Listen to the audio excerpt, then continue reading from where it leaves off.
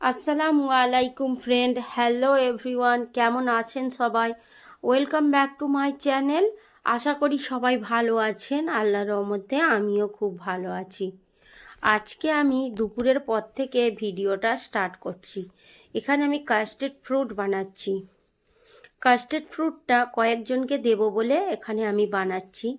আর আজকে আমি বেরিয়ে পড়ব আমার মায়ের বাড়ি।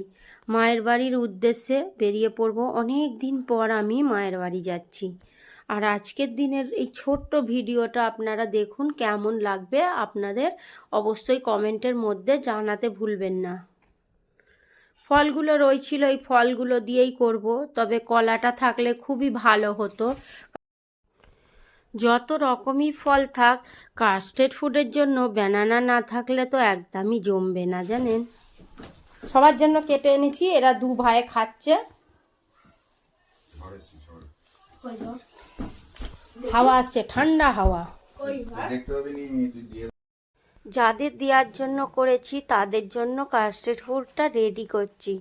বাদামটা কুচোনো বাকি ছিল, বাদামটা কুচিয়েই ব্যাস আমার এখানে ফ্রুট রেডি হয়ে গিয়েছে। যাকে দেওয়ার তার দিয়ে তারপরে আমি রেডি হব।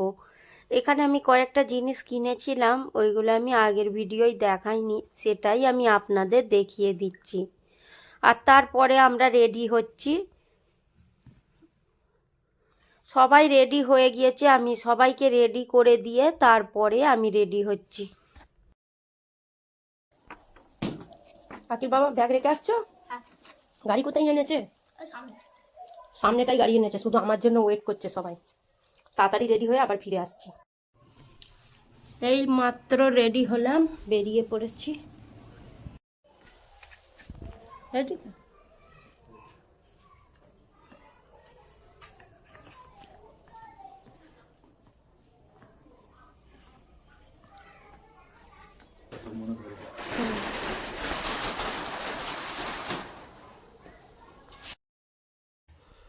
যখনই আমরা মায়ের বাড়ি যাই, হাজব্যান্ড গাড়িটাকে আমাদের গেটের সামনের দিকে নিয়ে চলে আসে।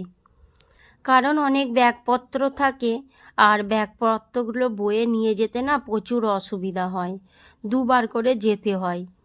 আসার সময় নিয়ে চলে আসি, সেই সময় প্রায় সকালে আসি, না হলে সন্ধ্যাবেলা আসি। আর আজকে যখন যাচ্ছি তখন আর ভালো লাগে না, ভিতরেই ঢুকিয়ে নেয়।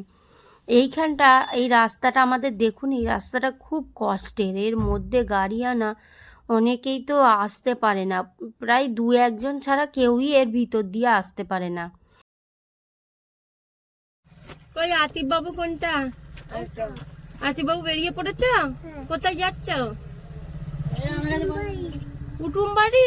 আকিল তুমি কোথায় যাচ্ছ? নানি বাড়ি। আতিফ বাবু কুটুম বাড়ি যাচ্ছে।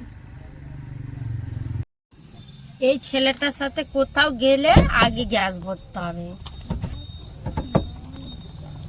পেট্রোল আছে, গ্যাসটাও ভরবে আবার। আমি যেখানে যাই অ্যাডভান্স সব রেখে দিই আমার। আমাদের তো ওয়েট করতে হচ্ছে না। ডিগরুই ঘাটে এসে দাঁড়িয়ে পড়লাম, একটু বসে থাকতে হবে। এটা কি আনছো? দেখাই। গরম গরম পেঁয়াজি, আর ওখানে কি রয়েছে আর একটা, যাই হোক চপ হবে গরম গরম, এই মাত্র ভাজছে, আমাদের জন্য এনেছি। কি করব এখন, দাদা আসছে, ফোন করেছিল, আমরা বসেই থাকি। আসছে বললো তো এক্ষুনি। বলো।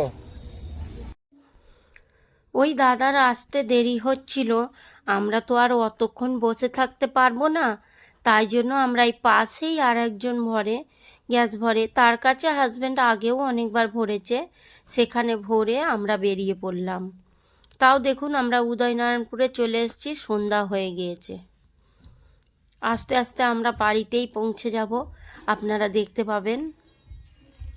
মায়ের বাড়ির কয়েকটা ছোট্ট ভিডিও আমি আপনাদের সঙ্গে শেয়ার করব। হয়তো আমি বেশি ভিডিও শেয়ার করতে পারবো না, কারণ অনেক দিন পর গিয়েছি, সব জায়গায় যাব, প্রত্যেকটা ভিডিও আমি নাও তুলতে পারি, তো যতটা পারবো আপনাদের সঙ্গে শেয়ার করব। আমার খুব জোরে খিদে পেয়েছিল, আমি এখানে পেস্ট্রি খেতে এসেছি।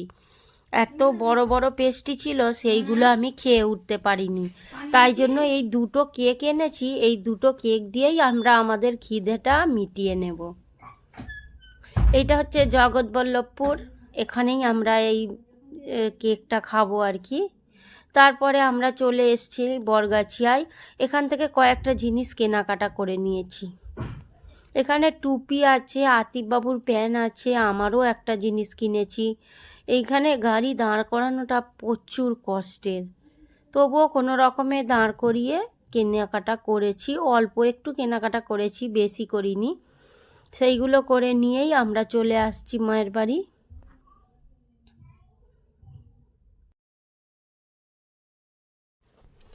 হাজব্যান্ড আমাদের দাঁড় করিয়ে মিষ্টি নিতে গেল, আমরা এখানে দাঁড়িয়ে আছি।